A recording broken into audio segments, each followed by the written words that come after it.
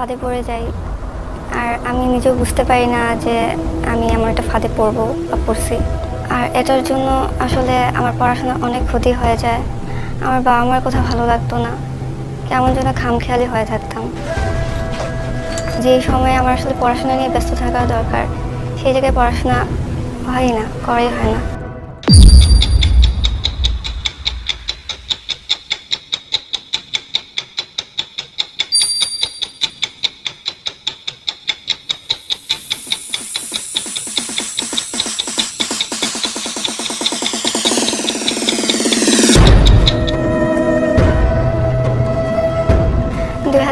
সালে যখন আমি নবম শ্রেণীতে ছিলাম, তখন সেপ্টেম্বর মাসে কাহারোল ইজি কোচিং সেন্টারে আমি ভর্তি হই। তোমরা সবাই কেমন আছো? তোমাদের আজকে তো ফার্স্ট নাকি? তো তোমাদের সাথে আমি স্যারের পরিচয় করে দিই। আমার সব ফ্রেন্ডরাই সেখানে পড়ে, আর সেজন্য আমিও সেখানে ভর্তি হই।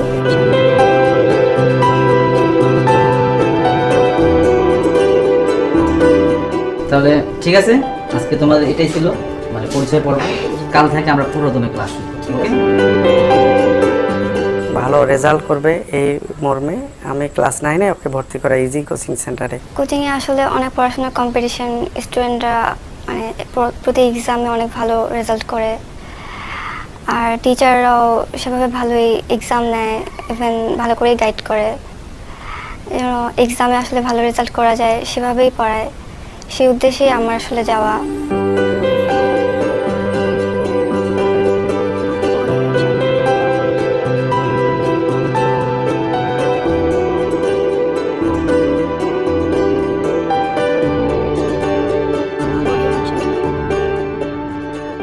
সব টিচারদের সাথেই ভালো কমিউনিকেশন হয়, কিন্তু কোচিংয়ের পরিচালক আনোয়ারুল স্যার, এনার সাথে আমার কমিউনিকেশনটা একটু বেশি। আনোয়ারুল স্যার কেমিস্ট্রি ক্লাস নিতেন। H2SO4 কি হয়? অ্যাসিড। এটাকে বাংলা কি হয়? কিন্তু অন্যান্য টিচারদের থেকে তিনি আমাকে একটু বেশি পার্সোনালভাবে আসলে কেয়ার নিতেন। শোনো পারভিন, আমি কিন্তু শুধু কেমিস্ট্রি ভালো পারি না, সব পারি। যদি কোনো সমস্যা হয় আমার চলে আসবে, বুঝতে পারছো আমার কথা? ঠিক আছে। এক্সাম দেওয়ার সময় হেল্প করতেন, বাট তার সাথে কিন্তু আমার রিলেশনটা অনেক অন্যান্য টিচারদের মতোই সিম্পল ছিল। হঠাৎ করেই তিনি কেন যেন একদিন আমাকে মানে কোচিং ছুটির পরে থাকতে বললো। ক্লিয়ার? All clear. তাহলে আজকে এই পর্যন্তই, কালকে তোমরা আসবে পরীক্ষার প্রিপারেশন নিয়ে, ঠিক আছে? আজকে যাও, তুমি একটু থাকবে।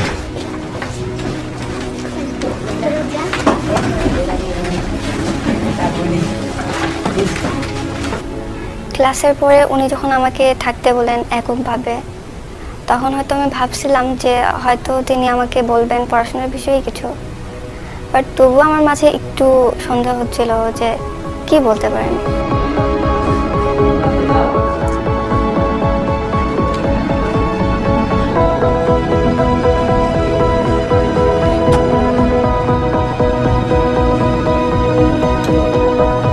কেমন আছো?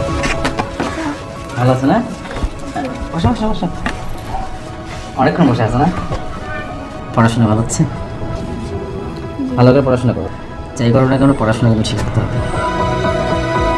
আর শোনো, আজকে কিন্তু আমি তোমাকে একটু অন্য কারণে ডেকেছি। টেনশন ফিল করতেছিলাম। আমি তোমাকে অনেক পছন্দ করি। বলে যে কৃষি ব্যাংকের সেকেন্ড অফিসার হবেন, বাড়ি করবো, এসএসসিতে আমাকে গোল্ডেন A+ পাওয়াবেন। তোমার দায়িত্ব আমার। স্যার, এইসব আমাকে কেন বলতেছেন? তিনি আমাকে বিয়ে করতে চান। আমি তোমাকে বিয়ে করতে চাই। এসব তো আমার বাবা মা বলতে পারবে। আমি তোমার মুখ দিয়ে শুনতে চাই। তখন আসলে তাকে আমার খারাপ লাগেনি, আর আমি আসলে তাকে নাও করতে পারিনি। স্যার, আমি এখন যাই। আচ্ছা যাও, কালকে তো আসতে চাও কি? আসো যাও। আনোয়ারুল স্যার এভাবে আমাকে প্রত্যেকদিন কোচিং শেষে থাকতে বলতেন, আর আমি প্রত্যেকদিন থাকতাম। ওনার সাথে প্রত্যেকদিন আমার ভালোই কথা হইতো, তিনি অনেক মজার মজার কথা বলতেন, আমি অনেক মজার মজার কথা বলতাম। 3-4 মাস এভাবেই চলে যায়। এভাবে আনোয়ার স্যার আমার অনেক ঘনিষ্ঠ হয়ে গেল। আমি তাকে আমার অনেক আপন ভাবতে শুরু করলাম। এভাবে আনোয়ার স্যার আমার অনেক ঘনিষ্ঠ হয়ে গেল। আমি তাকে আমার অনেক আপন ভাবতে শুরু করলাম। আমাদের সম্পর্কটা আরো গভীরে চলে গেল। আচ্ছা আসো, এইখানে নিয়ে আসো কেন? এখানে নিয়ে এসছি কেন?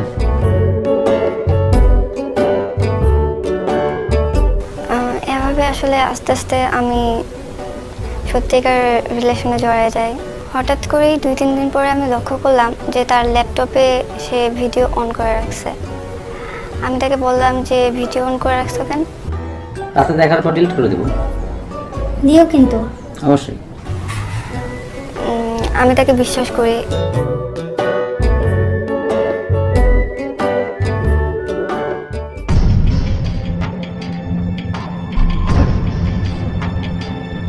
বাসায় গিয়ে তাকে আমি ফোন দিই। ওগুলো কি ডিলিট করছো? সে বলে যে সে এগুলো ডিলিট করেনি। আরে এটা নিয়ে তুমি মাথা ব্যথা করো না তো। শোনো, কালকে আসো তো। বলো না ওগুলো ডিলিট করছো। পরের দিন আবার আমাকে দেখা করতে বলে। হ্যাঁ তুমি আসো, তারপর করবো। আসো। আমার আমার ভীষণ ভয় হয়। তাহলে কালকে তুমি আসতেছো না? আসো। আমার মনে ভীষণ ভয় হয়। আর পরের দিন আমি তার সাথে এজন্যই দেখা করতে যাই যে ভিডিওগুলো ডিলিট করার জন্য।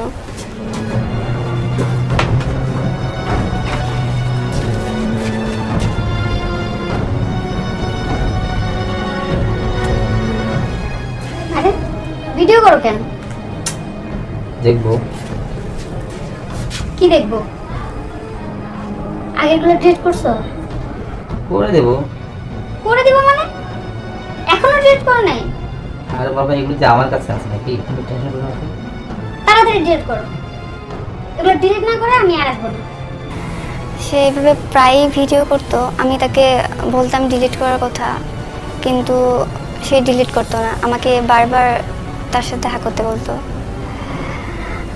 আমার মনে তখন থেকে একটু সন্দেহ ফিল হয় যে সে বারবার একই কথা কেন বলে, বারবার ভিডিও করে, ইভেন ডিলিট করার কথা বললে সে আবার দেখা করতে বলে। আমার মনে ভীষণ সন্দেহ জাগে। আর তখন থেকে আমি ভাবতেছি যে নিশ্চয়ই সে আমাকে ঠকাচ্ছে বা আমার সাথে প্রতারণা হচ্ছে। কাউকে বিষয়টা বলতেও পারতেছি না, কারোর সাথে শেয়ার করতে পারতেছি না। নিজে নিজে অনেক টেনশন ফিল করি, পড়াশোনাও করতে পারতেছিলাম না। আমার মনে সন্দেহ সৃষ্টি হয়। তাই আমি ভাবছি যে আমি আর কোচিংয়ে যাব না। আমি আর কোচিং এ যাব নাই। কেন? কেন রে মা? কেন যাবি না কোচিং এ? আমি আর কোচিংয়ে যাব না, আমার ভালো লাগে না। সামনে এক্সাম, বাসায় পড়বো। বাসায় ভালো করে পড়লেই ভালো করতে পারবো। ঠিক আছে, তুই যখন বাড়িতে পড়তে চাস তো বাড়িতে পড়, তাই না? আমি বললাম, ঠিক আছে, তোমার যেটা ভালো মনে হয় সেটাই করো। তুমি যদি এখানে পড়তে চাও, বাসায় পড়লে ভালো হয় তো এটাই করো। কারণ আমি চাই রেজাল্ট, যেভাবে রেজাল্ট ভালো হবে, তোমার লেখাপড়ায় উন্নতি হবে, ভালো হবে, সেভাবে করো। তাই আমি আর কোচিংয়ে গেলাম না, বাসায় পড়াশোনা করলাম। কিন্তু তবুও আমার মাঝে সেই টেনশন ফিল হচ্ছিল যে আমার ভিডিওগুলো তার কাছে আছে, কি হয় এগুলো নিয়ে। আমি আসলে খুব অস্থির ফিল করতেছিলাম আর খুব টেনশন ফিল করতেছিলাম, কিন্তু কারোর কাছে কখনো বিষয়টা শেয়ার করিনি। কিছুদিন পরে আনোয়ার আমাকে ফোন দেয়। হ্যালো। হ্যাঁ, কি ব্যাপার? তুমি কোচিং আসো না কেন? এমনি এমনি কেন? সামনে পরীক্ষা তো, তাই ভাবছি কয়েকদিন বাড়িতে পড়ি। তোমার পরীক্ষা আমি জানি, বুঝছো? তুমি কালকে কোচিং আসবে। সে বলে যে না, এটা হবে না, তুমি আসো, কোচিংয়ে আসো, আমার সাথে দেখা করো। না, আমি পরীক্ষার পরে আসবো। তুমি কালকে কোচিং আসবে।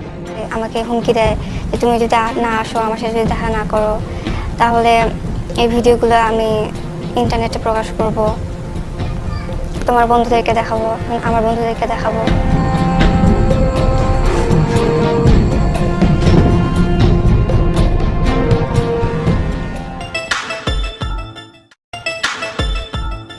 আমি ভীষণ ভয়ে থাকি এবং তার সাথে দেখা করি না, কিন্তু ফোনেই SMS এর মাধ্যমেই তার সাথে কন্ট্যাক্ট হয়।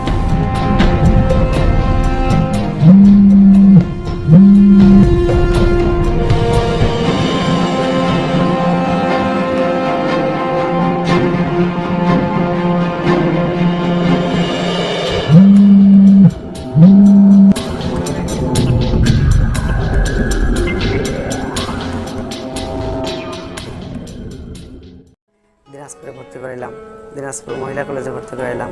কলেজে ভর্তি হইলাম, মেসে উঠলাম। কলেজ কিছুদিন করার পরে সে হঠাৎ করে আমার সাথে আমাকে একদিন ফোন দিল। হ্যালো, হ্যালো, কি না মানে আমি কিন্তু তোমাকে দেখে নেবো। হ্যাঁ, কেন? 5 লাখ টাকা দিবা, নইলে তোমার ভিডিও সবার মোবাইলে পাঠাই দেবো আমি। আমি 5 লাখ টাকা পাবো কই? টাকা পাবো কি মানে? তোমার আব্বু টাকা দিবে। আমার আব্বু এত টাকা পাবে কই? আর তোমার সাথে আমার সম্পর্ক তো আছে। শোনো, আমি অত শত বুঝি না, বুঝছো? তাহলে আমার সঙ্গে দেখা করবা। আমি বলি যে এখন তো দেখা করার সময় নেই, অন্য কোনো দিন দেখা করব। কালকে তুমি দেখা করতে আসতেছো, ঠিক আছে? আমি তো ভীষণ ভয় পেয়ে যাই, ভাবি যে বাবা মা অনেক আশা করে আমাকে বাইরে পড়াশোনার জন্য পাঠাইলো, কিন্তু হয়তো পড়াশোনা তো আমি করতে পারবো না, ওটা এটাও নষ্ট হয়ে যাবে। এই জন্য আমি তার সাথে দেখা করতে যাওয়ার জন্য রাজি হই।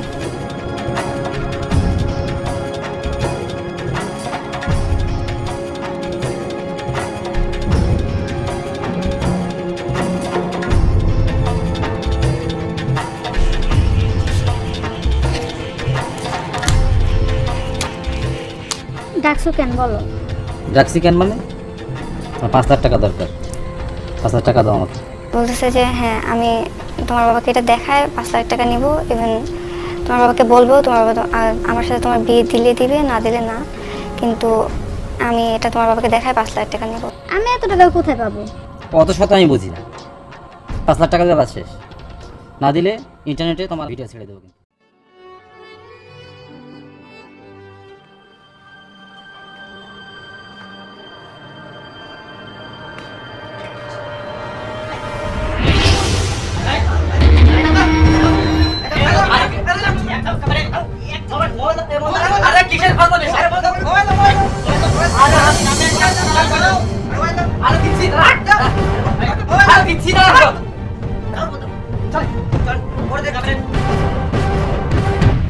এর মধ্যেই এলাকাবাসী তার কোচিংয়ে তালা ঝুলাই দেয়।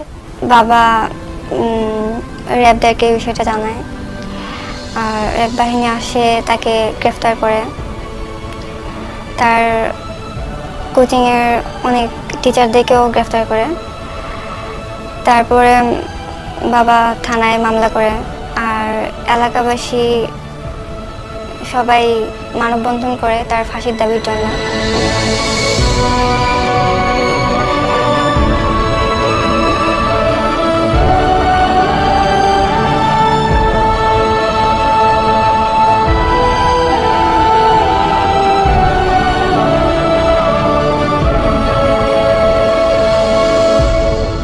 তাকে গ্রেফতার করার পরে তার পক্ষের লোকজন আমার নামে অনেক বাজে বাজে কথা ছড়ায়। তারপর আমার বয়স 16, কিন্তু মেডিকেল রিপোর্টে যেন আমার বয়স 18-র বেশি হয়, সেজন্য তারা ঘুষ টুস দিয়ে আমার বয়সটা বাড়ায় দেয়, যেন মামলাটা অনেক হালকা হয়। যখন ল্যাপটপ অন করা হয় তখন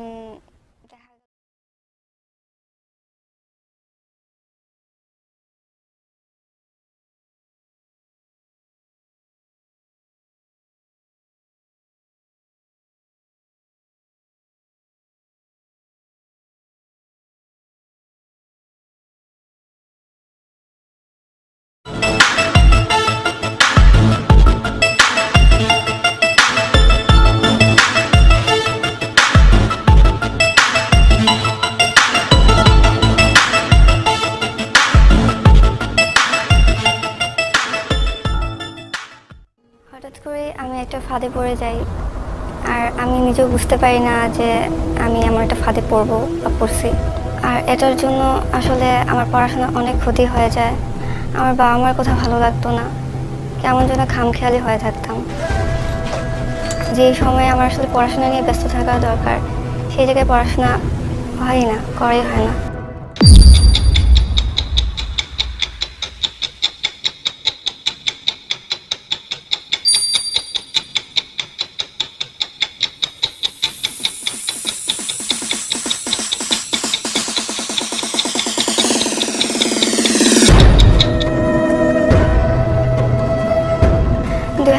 সালে যখন আমি নবম শ্রেণীতে ছিলাম, তখন সেপ্টেম্বর মাসে কাহারল ইজি কোচিং সেন্টারে আমি ভর্তি হই। তোমরা সবাই কেমন আছো?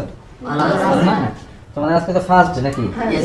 তো তোমাদের সাথে আমি স্যারের পরিচয় করে দিই। আমার সব ফ্রেন্ডরাই সেখানে পড়ে, আর সেজন্য আমিও সেখানে ভর্তি হই।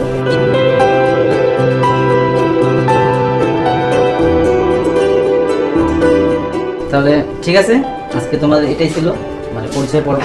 কাল থেকে আমরা পুরোদমে ক্লাস শুরু, ওকে?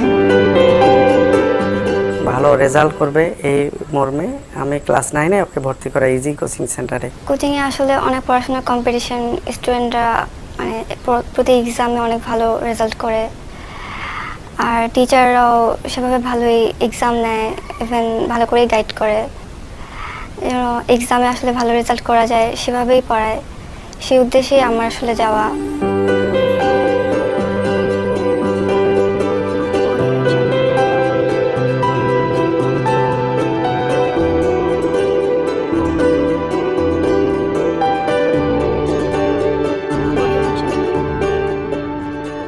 সব টিচারদের সাথেই ভালো কমিউনিকেশন হয়, কিন্তু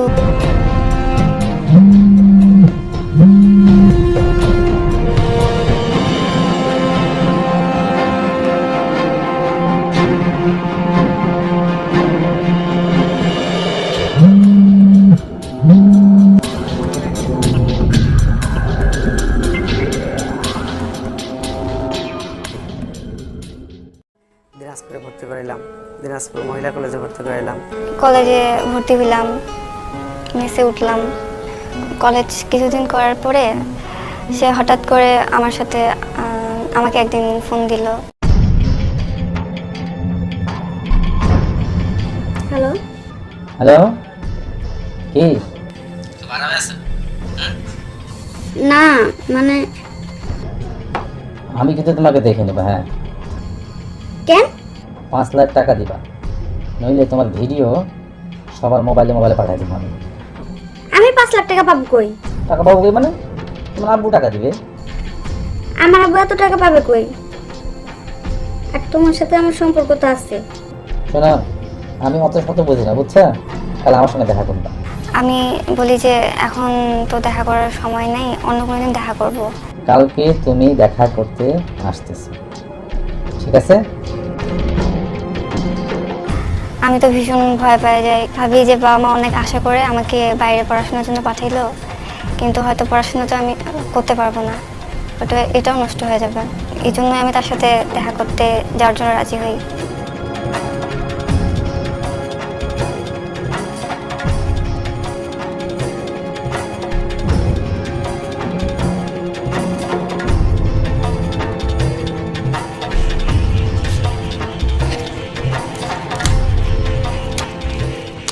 ডাকছো কেন বলো? ডাকছি কেন মানে? আমার 5 লাখ টাকা দরকার, 5 লাখ টাকা দাও আমাকে। বলতেছে যে হ্যাঁ, আমি তোমার বাবাকে এটা দেখায় 5 লাখ টাকা নিব, ইভেন তোমার বাবাকে বলবো তোমার বাবা আমার সাথে তোমার বিয়ে দিলে দিবে, না দিলে না, কিন্তু আমি এটা তোমার বাবাকে দেখায় 5 লাখ টাকা নেব। আমি এত টাকা কোথায় পাবো? অত শত আমি বুঝি না। 5 লাখ টাকা দেওয়া শেষ, না দিলে ইন্টারনেটে তোমার ভিডিও ছেড়ে দেবো। কিন্তু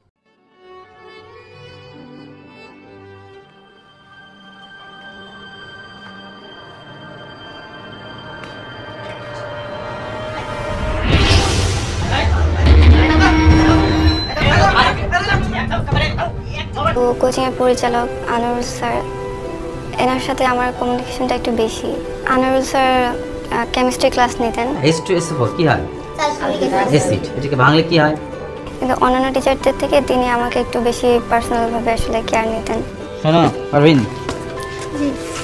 আমি কিন্তু শুধু কেমিস্ট্রি ভালো পারি না, সব পারি। যদি কোনো সমস্যা হয় আমার চলে আসবে, বুঝতে পারছো আমার কথা? ঠিক আছে।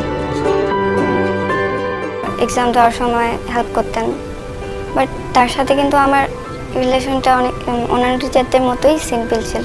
হঠাৎ করেই তিনি কেন যেন একদিন আমাকে মানে কোচিং ছুটির পরে থাকতে বললো। ক্লিয়ার? All clear. তাহলে আজকে এই পর্যন্তই, কালকে তোমরা আসবে পরীক্ষার প্রিপারেশন, ঠিক আছে? আজকে যাও, তুমি একটু থাকবে।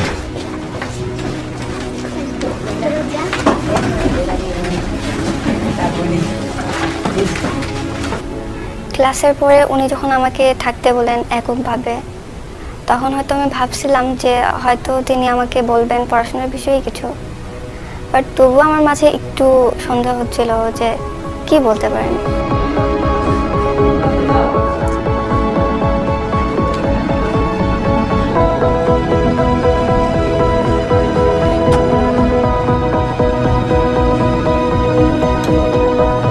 কেমন আছো?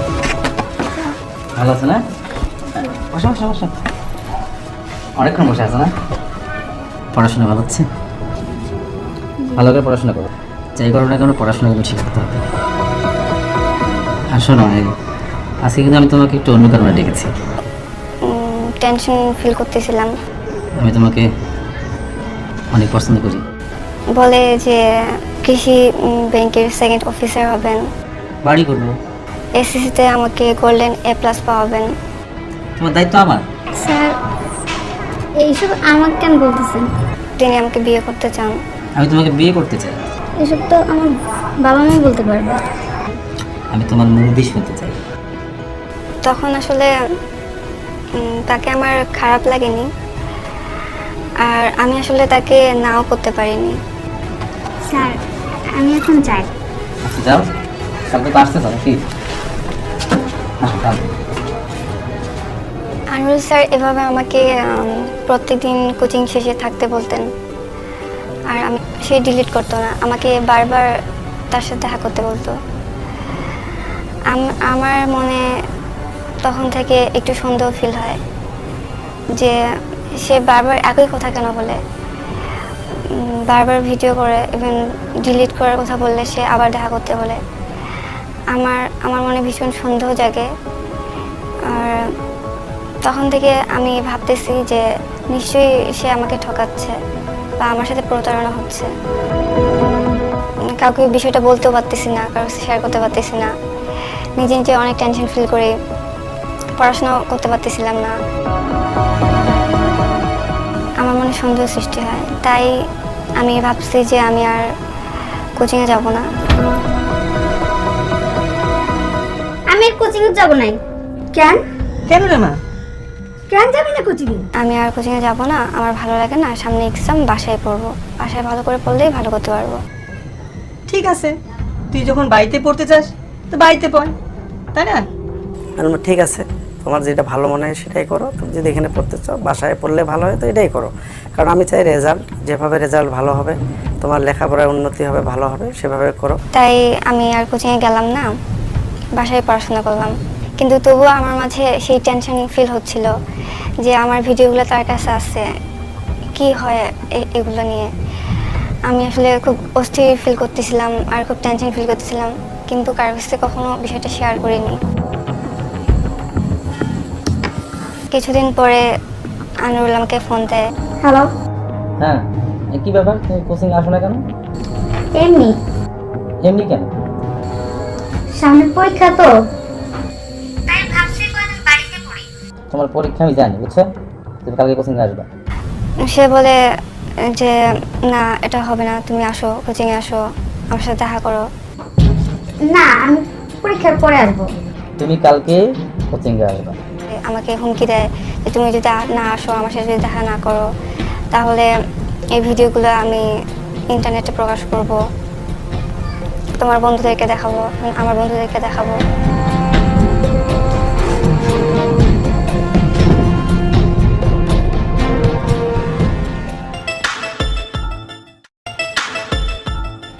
আমি ভীষণ ভয়ে থাকি এবং তার সাথে দেখা করি না, কিন্তু ফোনেই SMS এর মাধ্যমে তার সাথে কন্ট্যাক্ট হয়। আমি প্রত্যেকদিন থাকতাম ওনার সাথে, প্রত্যেকদিন আমার ভালোই কথা হইতো। তিনি অনেক মজার মজার কথা বলতেন, আমি অনেক মজার মজার কথা বলতাম। 3-4 মাস এভাবেই চলে যায়। এভাবে আনোয়ার স্যার আমার অনেক ঘনিষ্ঠ হয়ে গেল। আমি তাকে আমার অনেক আপন ভাবতে শুরু করলাম। এভাবে আনোয়ার স্যার আমার অনেক ঘনিষ্ঠ হয়ে গেল। আমি তাকে আমার অনেক আপন ভাবতে শুরু করলাম। আমাদের সম্পর্কটা আরো গভীরে চলে গেল। কাছে আসো। এইখানে নিয়ে আসো কেন? এখানে নিয়ে এসছি কেন?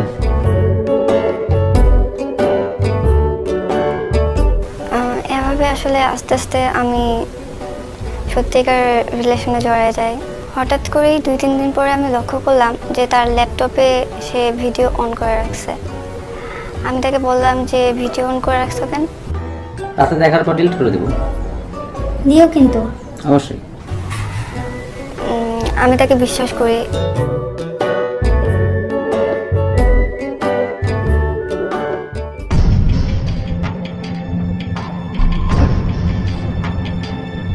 বাসায় গিয়ে তাকে আমি ফোন দিই। ওগুলো কি ডিলিট করছো? সে বলে যে সে এগুলো ডিলিট করেনি। আরে এটা নিয়ে তুমি মাথা ব্যথা করো না তো। শোনো, কালকে আসো তো। বলো না ওগুলো ডিলিট করছো। পরের দিন আবার আমাকে দেখা করতে বলে। তুমি আসো, তারপরে করবো। আসো। আমার ভীষণ ভয় হয়। তাহলে কালকে তুমি আসতেছো না? আসো। আমার মনে ভীষণ ভয় হয়। আর পরের দিন আমি তার সাথে এজন্যই দেখা করতে যাই যে ভিডিওগুলো ডিলিট করার জন্য।